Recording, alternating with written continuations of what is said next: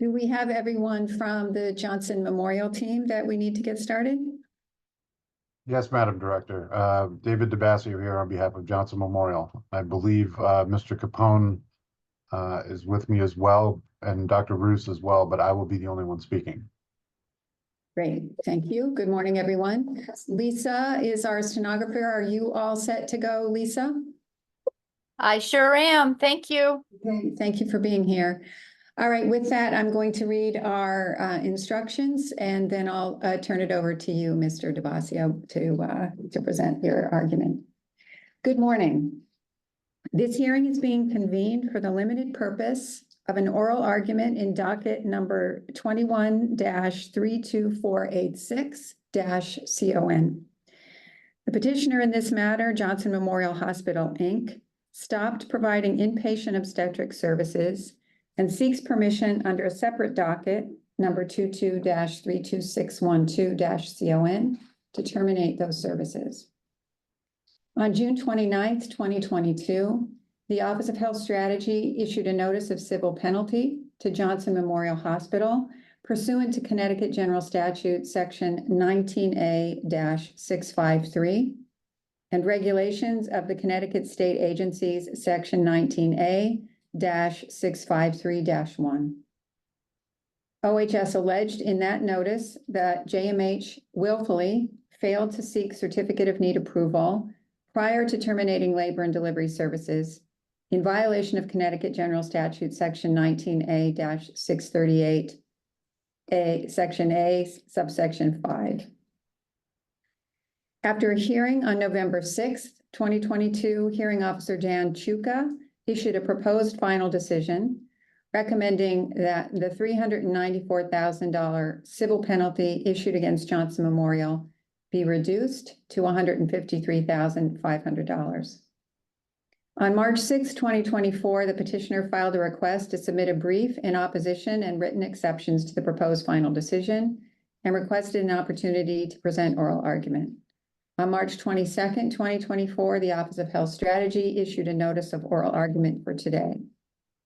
On May 22nd, 2024, Johnson Memorial Hospital filed its brief in opposition and written exceptions to the proposed final decision.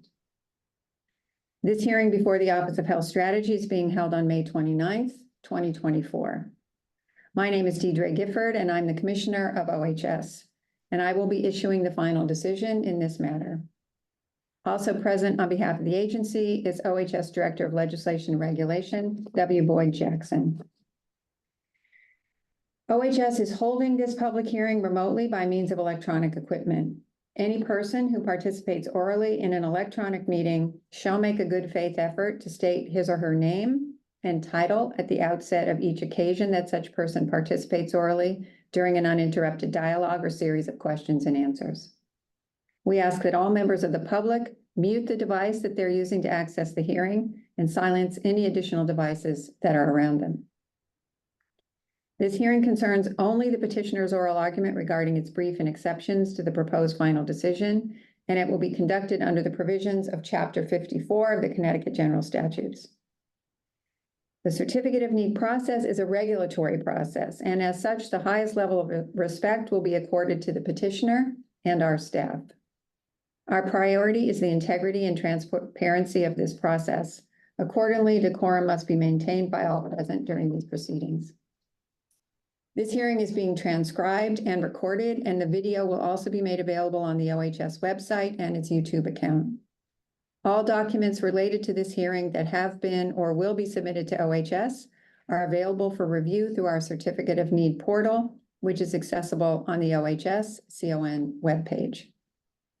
Although this hearing is open to the public, only the petitioner and its representatives and OHS and its representatives will be allowed to make comments.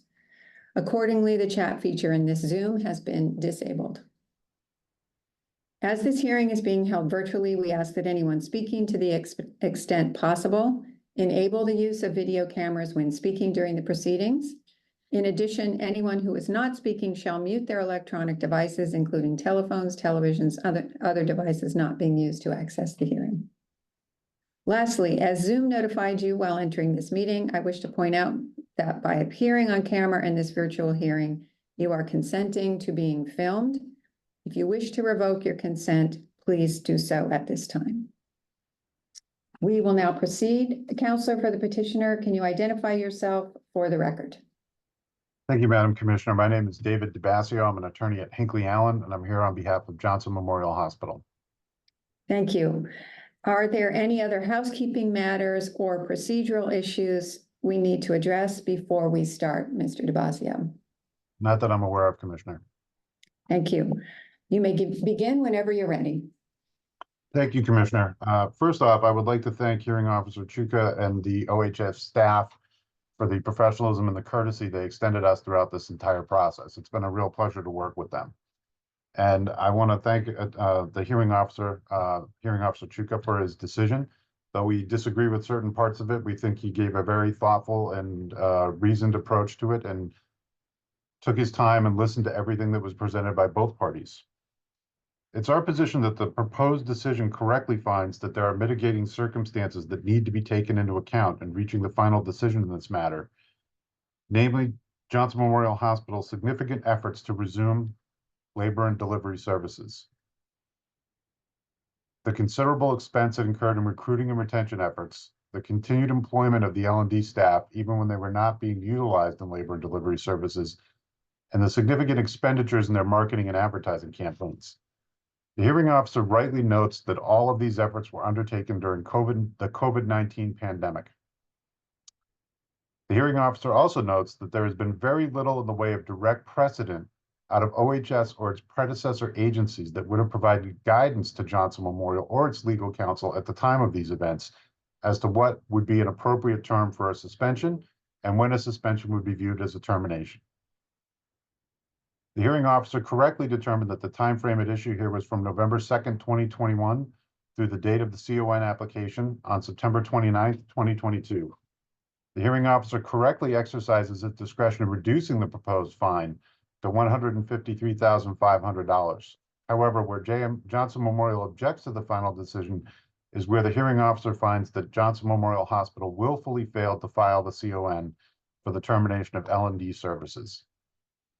To start with, OHS, as the party seeking to assess the civil penalty, has the burden of proving the respondent's actions were willful.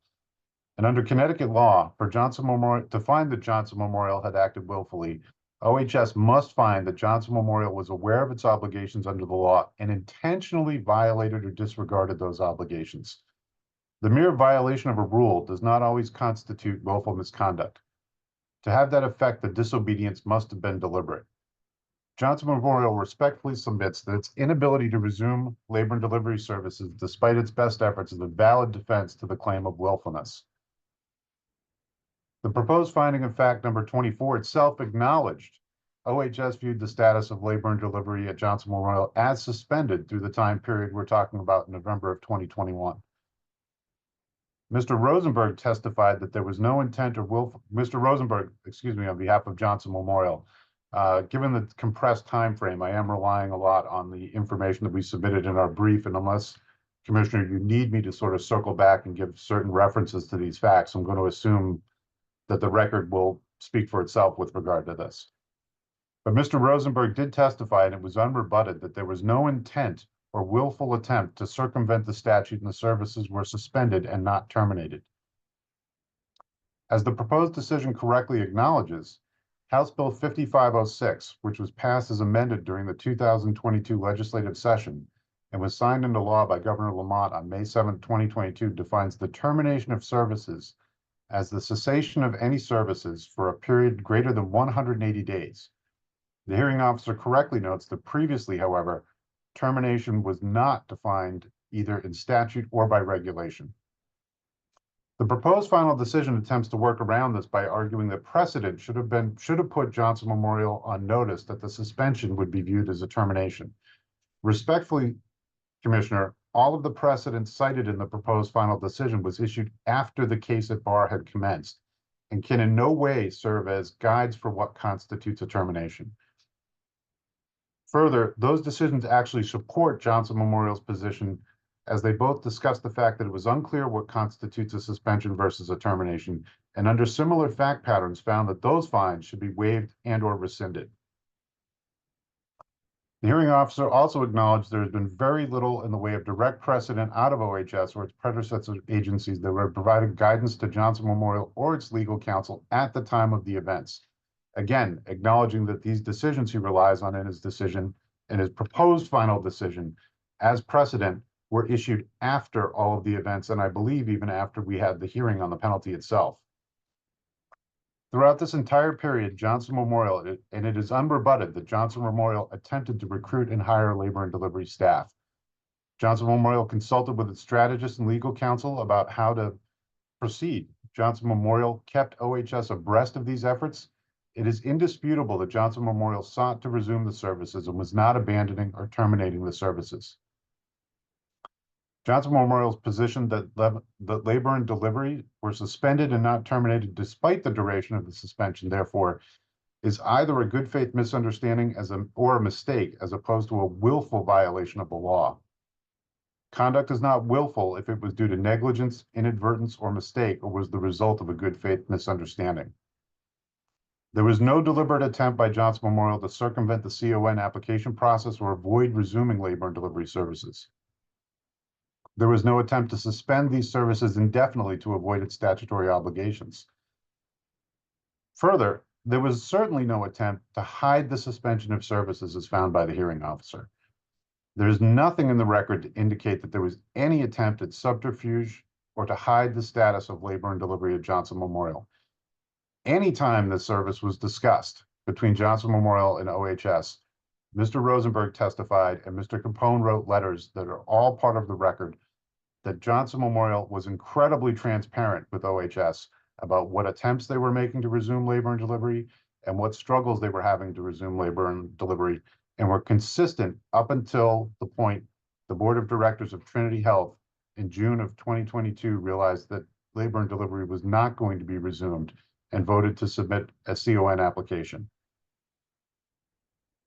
It's also important when you look at the decision that the hearing officer issued when he found that Johnson Memorial hid the fact that labor and delivery was not resumed, and that is evidence of willfulness, that during discussions between JMH and OHS in late 2021 and early 2022, happening in real time while the situation was taking place, OHS itself never accused Johnson Memorial of hiding the fact that labor and delivery was not operating. In its November 2nd, 2021 letter, OHS did not claim any nefarious motive or attempt to hide the status of labor and delivery, and they themselves referred to this status as a suspension of services. During this time, through and until Johnson Memorial filed the CON, the undisputed record is that there was back and forth communications between Johnson Memorial and OHS discussing the efforts to resume these suspended services.